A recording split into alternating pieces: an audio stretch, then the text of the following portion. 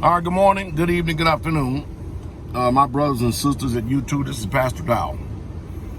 I am here today, and the reason why I'm here today is because I want to share with you an experience that I've had down here in Dallas, Texas. Now, I'm here for a meeting.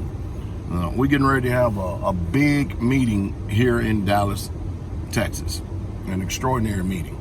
Looks like it's going to be a great turnout. And if possible, you can make it. Looking forward to seeing you and you here. However, this is what we had. All right.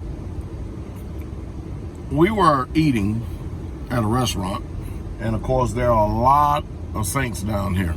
And it's probably about 30 or 40 of us, some maybe 50 of us outside the restaurant waiting to eat. A man walks up and says, can I ask you a question? Sure you can. Sure you can. Go ahead, have on. He says, I noticed that your women, they dress a certain way. I said, yep, sure do. Where you get it from? I said, well, it's amazing. Not only do I get it from the Bible, but I also get it from cultural standings and perspectives. And then I proceeded to lay down the history to him. According to the Europeans, how women dressed in this country at the turn of the 20th century, 19th century, and how that women had their head covers and they all wore dresses. And then it wasn't until World War I, World War II started where the women left the home, stopped homeschooling, went out into the industrial market and started smoking cigarettes, wearing pants, and of course, now you have the result of this fallen world we live in today. I was talking to Brother Gideon, and he said it's amazing because, he's been in the sandbox, all right? And he says, over there, women are the ones who define the honor of the man. I want you to listen to me real close to what I said, okay?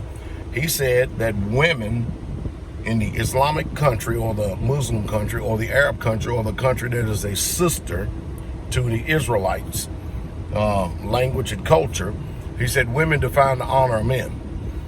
And that's the reason why whenever a woman steps out and plays the whore, meaning that she has had sex with a man while in her father's house and she's not married, that's why they kill her.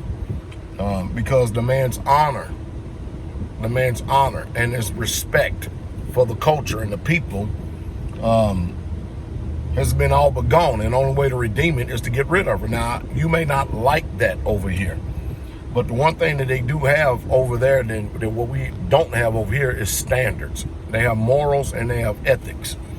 And the one thing about people today is that people love imposing their belief system, and people love imposing their will upon other people. Why do they do that? I don't know, but they love doing it.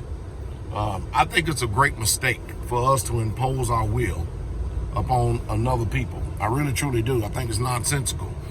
But to sit there and judge someone who has actually been keeping their culture ever since, man, you can go back to antiquity. You can go back to the days of Jesus Christ. And then we have the people here who are lewd, immoral, look like prostitutes, whores, pimps,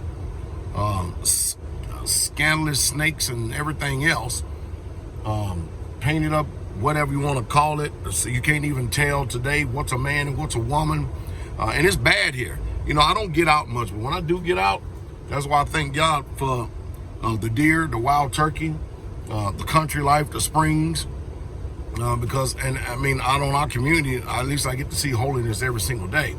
But this is a fallen world. This world has gone from bad to worse.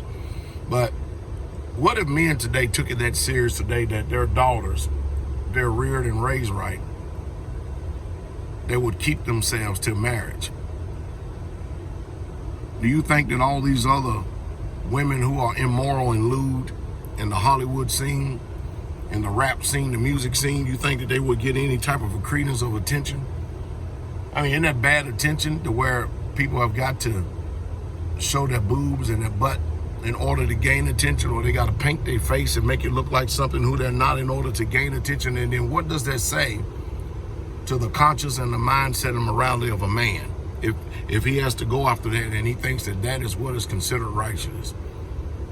I think we've fallen, we done lost our way, and I think it's going to continue to keep getting bad. It's going to, matter of fact, not only continue to keep getting bad, it's going worse. What saith you?